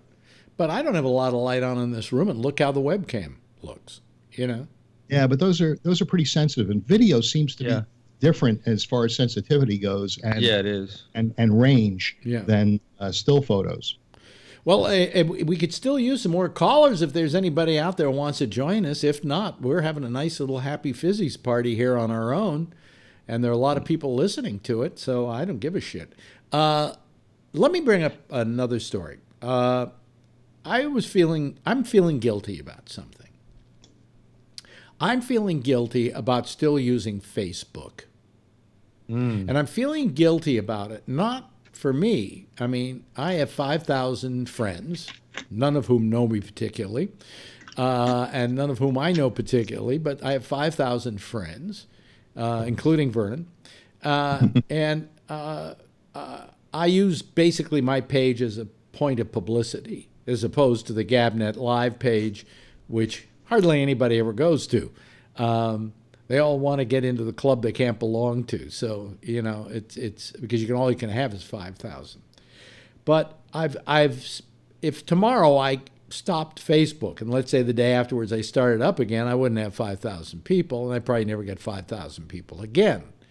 I got that while I was celebrity pages, where they're only able to like it. And but I mean, I have one of those, but we don't have that many people on them. I'm still trying to get subscribers of a sufficient number on YouTube. We're up around. We're almost at 700, I thought. No. I think we just hit 600. 600. You could always do like I've done, Alex, and that's suspend your 591. You can suspend your Facebook account and not lose anything. Well, here's the thing. The reason I feel guilty about it, and this is my thinking on this, is I think that by having a Facebook page, I am promoting people to use Facebook to contact me and to have a Facebook account in order to do that. And I think I may be endangering my audience because I don't like what Facebook is doing. I don't like the way that they have not cared about the protection of their users. Did you hear that statement by Zuckerberg, which he said that the people who signed up knew what they were signing up for? And he seemed, I don't know if the word's contrite or, but he now he's going to talk to. How do you feel about the claims? Look, quite the contrary. I know what I signed up for, and what I got is not what I signed up for. I did not sign up for him. I did not sign up for him to be able to know all the phone calls I make on my iPhone.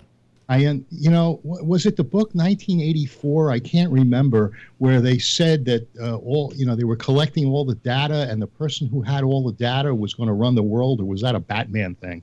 I don't know, but that apparently is the fight going on to this very day. That's right. But the point is, Google is just complicit as Facebook. Most people know what they're getting into with Facebook. They know that they're going to be public because they have a page. They know that their preferences and things like that they list on that page. In other words, they know that what they have on that page is not private, although they can choose to make it private, but there's a lot of other information they've been gathering from you, things that maybe you don't want them to know and you don't want them to use. Then don't say it on Facebook. No, it isn't a matter of saying it. It starts going into your preferences when you go to other stuff. I mean, they're culling material from everywhere, and supposedly they know all the phone calls you make. I did a carpet job for a company called Double Click back in 2000. Yep. And Double Click, they would garner information on what sites you went on to so that they could sell it to companies so they could target ads to you. Now DoubleClick is owned by Google. So Google is just as complicit in what they're doing. Let me put it this way. I would expect more of that out of Google than I would out of Facebook because of the nature of the business. The business is wide-ranging. It's a search engine. They've got products they sell. They have, phones they make, all these kinds of things. And so I can understand where they might be more involved in something like that. But for Facebook, with this kind of what we would call benign method of you sound like a woman scorned.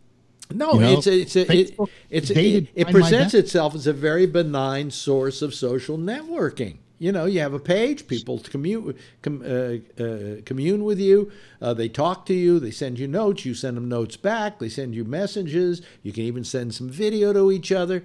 This is all sounds very benign, but when it then becomes a very Machiavellian scheme. Do you ever ask yourself why it was free? And remember the old adage. I understand why. I understand why it was free, because they put those ads on the side of the page for me to look at.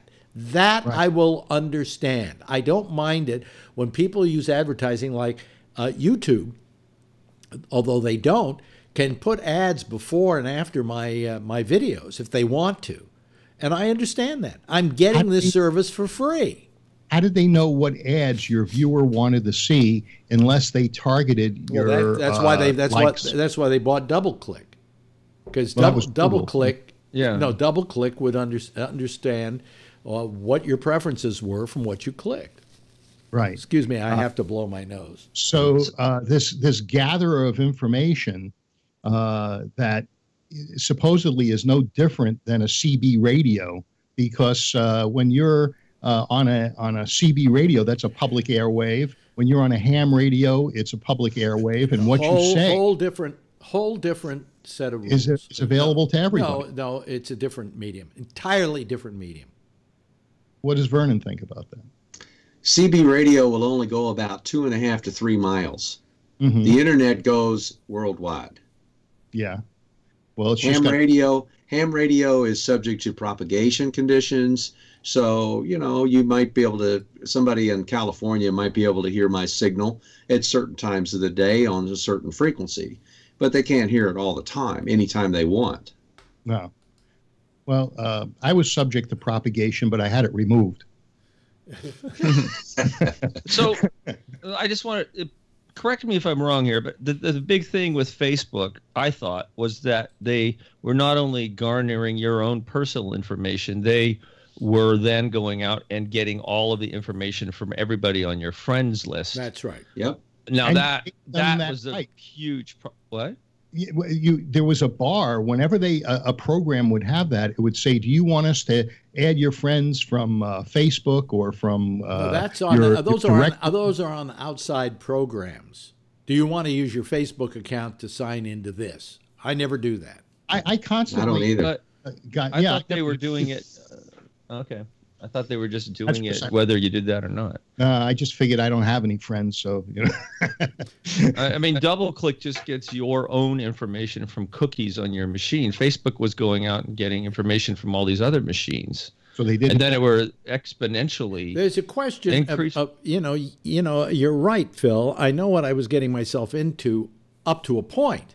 I didn't realize I was getting myself into this much trouble. I saw a documentary on Facebook with early on when he was at Harvard. Yeah, and he came up with the idea that it was sort of like a spider web that went and pulled together friends that you. It started out as a college only. Right, but what it did was it was like 6 degrees of separation, so that you could find people that knew other people and see if you wanted to know them. That was its thing. It was like a spider crawling and getting bigger and bigger to open up the world to people. Well, bless you again. Whoa, that's a good one. A lot of sneezing. Whoa. Oh boy, the sneeze button. It's the allergy time of the year. Anyway, what kind of allergies? It's snowing there, isn't it? I don't know. We got mold and dust in this apartment house. I mean, it's a sick environment to live in. Yeah. Hey, can I show you a picture I've had published 3 times in different magazines? See if I can get this too. Can you see that? Not yet. Slow it. Wow. Bullfight. Yeah, in Acapulco. That was in Acapulco. Yeah. How close were you to the? Really close. Yeah. Like I was in the front row. Yeah. Beautiful. Yeah. Now that it's funny you should give us a picture of bullfighting, because tonight I was talking with girlfriend about bullfighting. Oh, really? Well, we were talking about where we're going to go on vacation. We're thinking of going to Spain and then to the south of Spain, to like Bilbao and places like that. And at which point you guys are all on your own. I'm off the air for 2 weeks. I'm going to take a vacation for the first time in 5 years. Good. But anyway, boy, am I plugged up. We got to talking about bullfighting, because I said I've never been to a bullfight, and I've always wanted to go to a bullfight, not in Mexico, but in Spain. Different culture than Mexico, all of that, Spain. And I said the reason I wanted to go to it was I think the Spanish people are wonderful. I think they're warm, they're hospitable, they're helpful, they're decent. You can't say that about the French, but anyway, I know you love the French, Ray, but no, I don't disagree with you. I just had to do a joke at the French expense. Anyway, so where was I going with this? Oh yeah, so Spain. But I've never been to a bullfight, and I would like to know why these wonderful people love bullfights. Now I don't know. Have they stopped bullfights in Spain? No. They've stopped most of them in Mexico, but Spain, no, they have not stopped it. It's like the national sport there next to soccer. I would like to know what these warm, wonderful, decent people that I've met, these very culturally enabled people that I've met, see in bullfighting. Why did Ernest Hemingway go to a bullfight? Okay, I can tell you just from my experience. I mean, it's awful and absolutely beautiful at the same time. It's like watching especially when they have the really professional bullfighters out there. It's like you're watching ballet. It's incredible, like really good ballet. But at the same time, it's absolutely disgusting because they're just torturing this creature. So it's amazing. It's the strangest thing I've ever seen. It's easier to see than pit bulls and chickens. Well, that's for sure. But it's totally beautiful and totally horrible at the same time. But I think they're so used to it they don't see the horror anymore.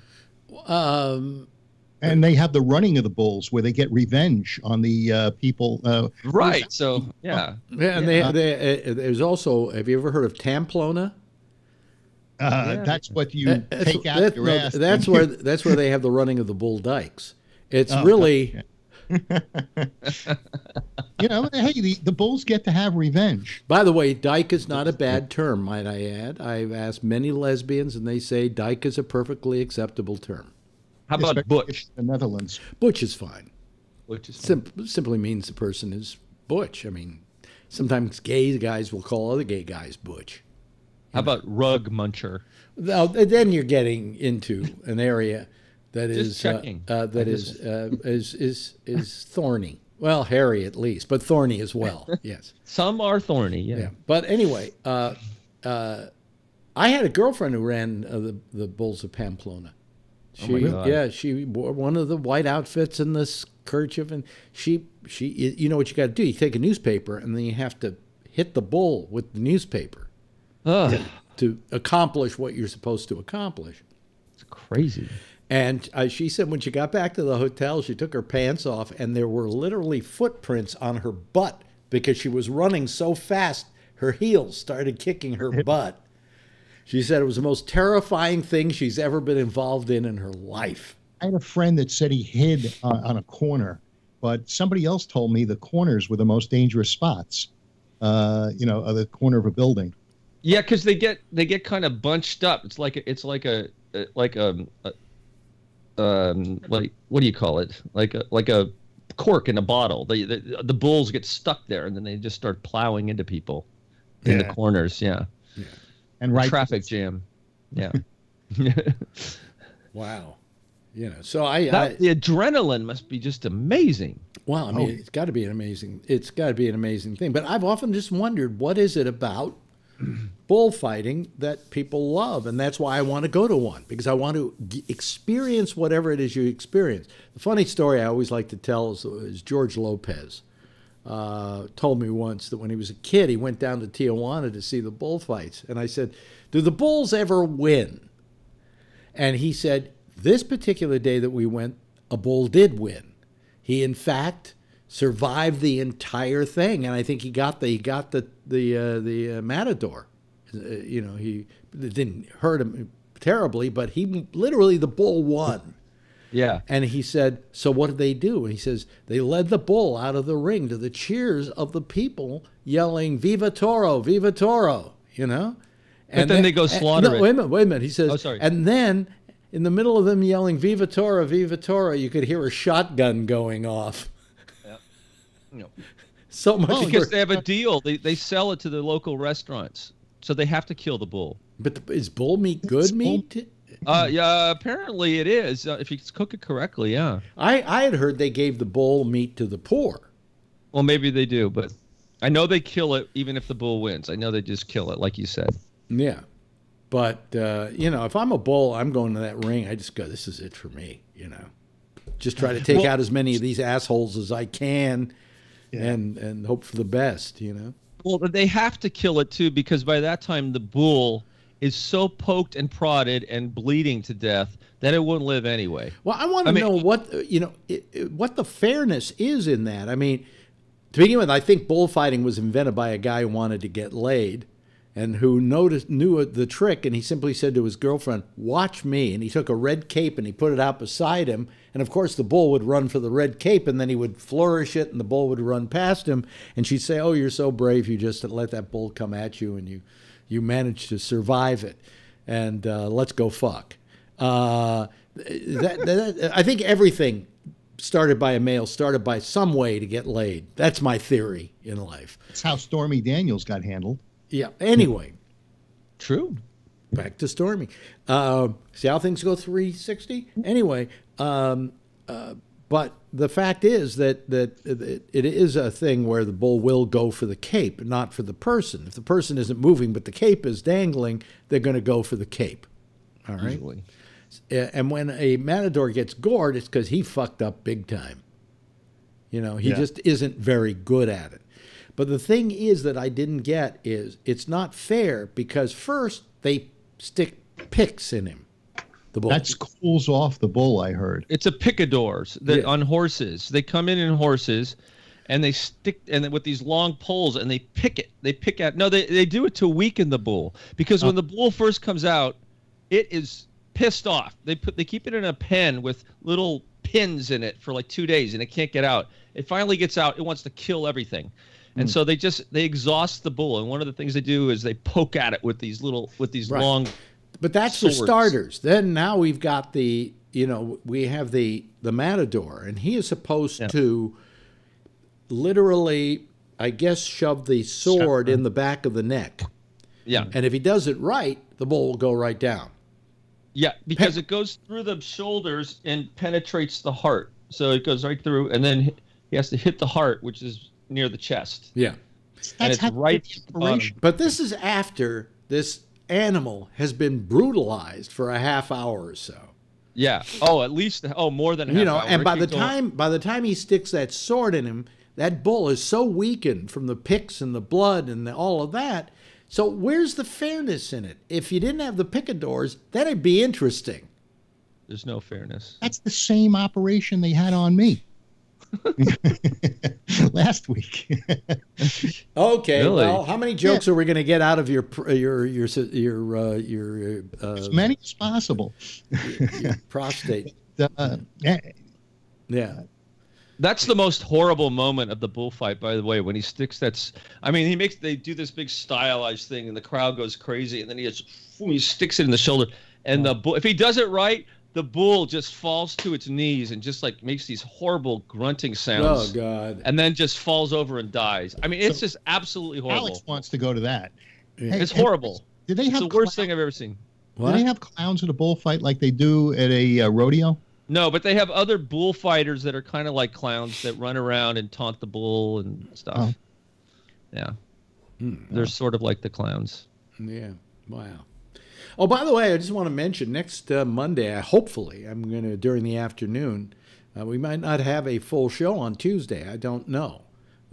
Because I'm going to be interviewing my friend Jack Garfine.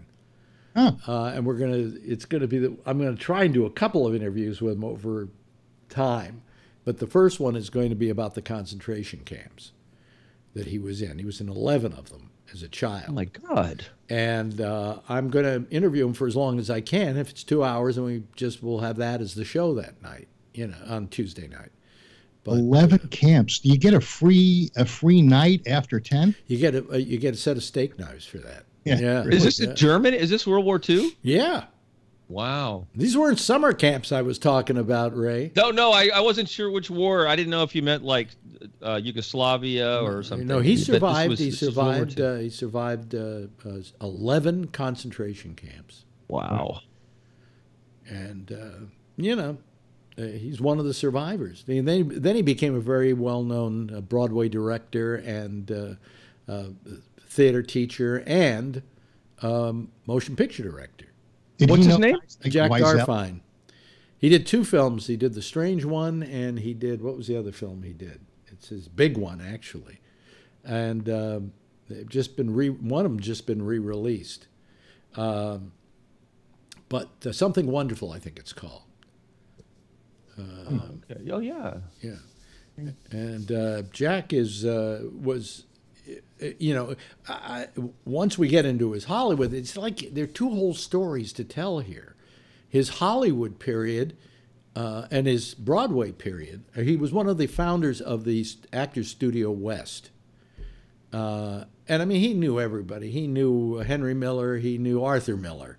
He knew, what are you going to say? You haven't interviewed him yet, have you? No. What was his mindset on surviving confinement, and how did he?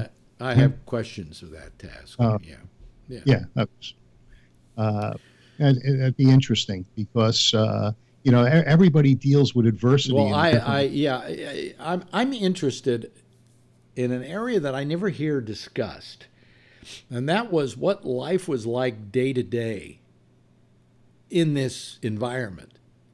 Probably trying to get food and survive. Well, they were being fed. They were being starved, but they were being fed. Yeah. These are all questions I want to ask him. And, hey, was one camp better than another? Yeah. And on top of all of this, when you hear the story of the day he met Mengele, a chill will go down your spine. Yeah. And I thought, my friend's father it was young, under 14, 12, and he was given some jewelry by his mother. And the idea was he could use the jewelry to buy food in the camp. Jewelry. Yeah. And so he gave it to one of the Jewish guards. And they would give him a little bit of bread, but it didn't last long. It's amazing what people had to do to survive, and they want to take away our Second Amendment rights. He said to me that he came out of this. He'll probably say this when we interview him, that he came out of this really having an intense dislike for humanity. I would imagine, but a deep respect for human beings. That there are individuals that in his life that helped him survive. Some of which were guards. He said those were good people. He said, I'll let him tell the whole story, but I've been wanting to sit down with him. I'm going to try and video it as well so that we can show it that way, but it's really going to be audio centric. He is an amazing man who I love dearly. I've just gotten to know him in the last year or so. And I only feel bad that I've met up with him at 87 years of age. because I'm not going to have them as long as a lot of other people have had them, and they're very lucky. They're very lucky. Want a camera guy to come in and voluntarily shoot it for you? No. Video it? No, I'm just going to set up the cameras like I do with. Because I got my friend Stoney Jackson up in Scarsdale. No, I would rather just turn the cameras on, do the 2-shot, have us talk, because when it comes down to it, this show is an audio show. It's meant to be an audio show, and somehow it's become a video show. Because that's the direction of the web. Well, yeah, unfortunately, because you're holding on to a vision that is 50 years old.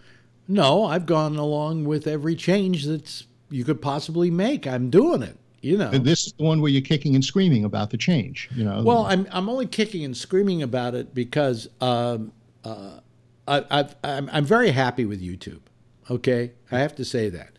I was very unhappy with Facebook and their ability to put across a consistent video image. I've never had one moment of trouble that wasn't caused by me. Yes, but isn't this YouTube Live fairly new to where you could do this, whereas before it all had to be pre-recorded? And, no, actually, YouTube Live has been around for quite a while. It's just they put it in a form that's easier for us to do. It allows me to create, like when I'm through with the page today, I'll change the date that the next show is and put a new time for it to start, and there's a countdown that goes on, and it's amazing the way it just comes up on the screen as soon as all people have to do is they have to just tab the page and just go to the page, and when the show starts, all of a sudden it'll start working. Yeah, I think it's fantastic. Yeah. So Alex, you don't have to download any other software or drivers or anything like that. The only thing that I need in the way of software is the way I present the picture. I could just present it showing you a picture of me and the camera. Okay, which is just a very static shot of me. I could do that very simply, this, right? I could do that. But for me to get all the people together and me in the corner and the stuff that says the Skype phone number and the Skype number and the phone number and all of that, takes a program called OBS, which is free, but you have to know how to use it, Okay. One of these days, I'm going to get a get it on and find out how to use the green screen on OBS. Why? Because it's just something else to do. Although lately I haven't had a lot of time. Except your computer, as I said, is totally wiped. Tomorrow I go to my storage room and I get the original box that came in. Oh, good. And then I'll be shipping it. Does it come with a warranty on your part? Yeah. Isn't this the one you had to send back? Yeah. Isn't the one you had 60 minutes or the city limits. Isn't this the one that got replaced or something because you had some problems? Yeah, they replaced the motherboard. Oh, really? Warranty. But it's worked fine since. Oh yeah, it's a race. It's a real racer. It's okay. The fastest one you can get. But the motherboard went bad in it. You don't hear about that happening that often. Yeah, they took it back. They replaced it. I'm pretty sure they gave me the same serial number unit. Mm-hmm. Oh. Because I had the Apple Care. Yeah. On. Yeah. Huh. Good. Well, there's always a percentage that are going to go bad. Yeah. Well, this one will go bad 2 days after the credit card clears. Yeah. Right. No kidding. Promised. No sad faces, but the thing works fine. And if it doesn't, they throw it away. I won't. Don't pay. It sounds to me like I got another machine that will give me many years of service. Absolutely. Yeah. The only reason I got the other one was that some of the programs I'm using, and when you render the photographs and changes, for instance, in Lightroom, when I highlight someone's face where I dodge and burn, it's instant on the Mac Pro, whereas there was a delay that was uncomfortable using the Mac Mini. Yeah. Yeah. I found that too, Phil. So I have a PC I built that I use for Lightroom, and I render it 1-to-1, and there's no delay at all. But yeah, like on my small Mac, there's a delay. Well, I'm going to be happy to get it annoying. because I'm going to use it for other purposes. For the time, it's a backup machine basically. Because this desktop, this desktop that I have here, the Mac, it's about 8 years old. It's getting long in the tooth. No, it's about 6 years old. It's getting long in the tooth, and it still works beautifully. But one of these days, it could go bad. So. This is the fastest mini that you can get. I know. It's a i7 3.0. I mean, it's 60 gigs. It's yeah. But yes, Vernon. Speaking of delays, you were pointing out some time ago about not using Bluetooth headphones because there was a slight delay that was driving you bonkers. Yeah. Well, I've switched over to Bluetooth headphones. I sent you the link. For the device that I bought on Amazon, and I'm not seeing any delay at all with the one that I'm using. Did you sent me a link? If I didn't, I'll send it again. Will you send it to me again? Yeah. Yeah. I switched to the Etymotics. Really? I'm not using my Etymotics except on the show, but this is the thing that I got for the Bluetooth, but maybe there's another one that's better, But let me see if I can show you the one I'm using. The Etymotics are a lot brighter than my Bose. It's a much better. It's a great sound, but it's funny. These $29 Bluetooth earphones I got. Send me the link to that, okay? Will you send me the link to that? Yeah, can you say? I want it too because I want to stop using this big thing. Yeah, yeah. Well, I love these Etymotics, but these earphones I bought for $29 have better sound. The Bluetooths, they were really incredible.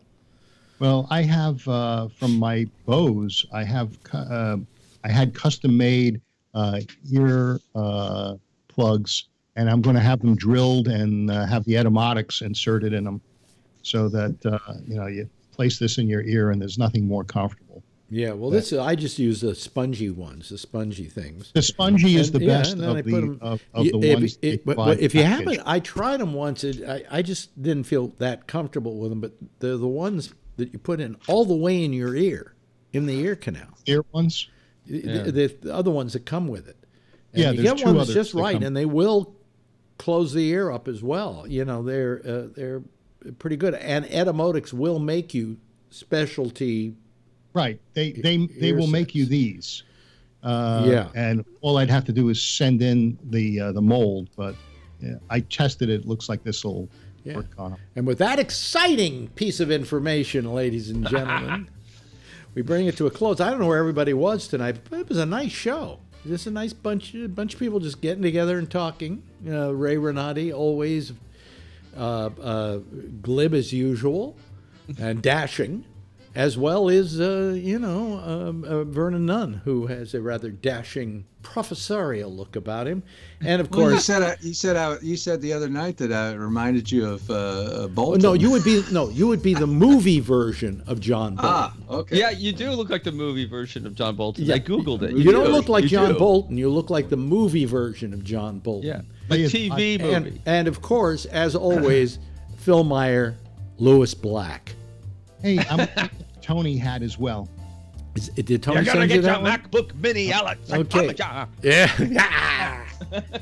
Anyway, hey, do me a favor and do a nice big wave goodbye to the audience so they can. Okay. Well, hopefully we'll see you again tomorrow night. Bye-bye. Thanks for a good show.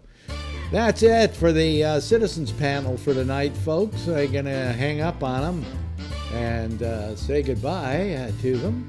Let me see here. Oops. How do I get rid of them? There we go. Wait a minute. Every now and then I forget how to do things. Sometimes I don't even remember to keep breathing. One day I will forget completely. Anyway, listen, that's it for tonight. I'm Alex Bennett. Coming up next is The Intersection with Jack and Amy. That will be followed by Connections at 1 o'clock Eastern Daylight Time. And then tomorrow night at 8:30, we got the sports show, The Arena, with the franchise MC. At 9:30, we got Damian Chaplin and The Intersection. And then at 10 o'clock tomorrow night, I'll be back with more of the same time, same station in life. In the meantime, as always, if you see her, tell her I love her, okay?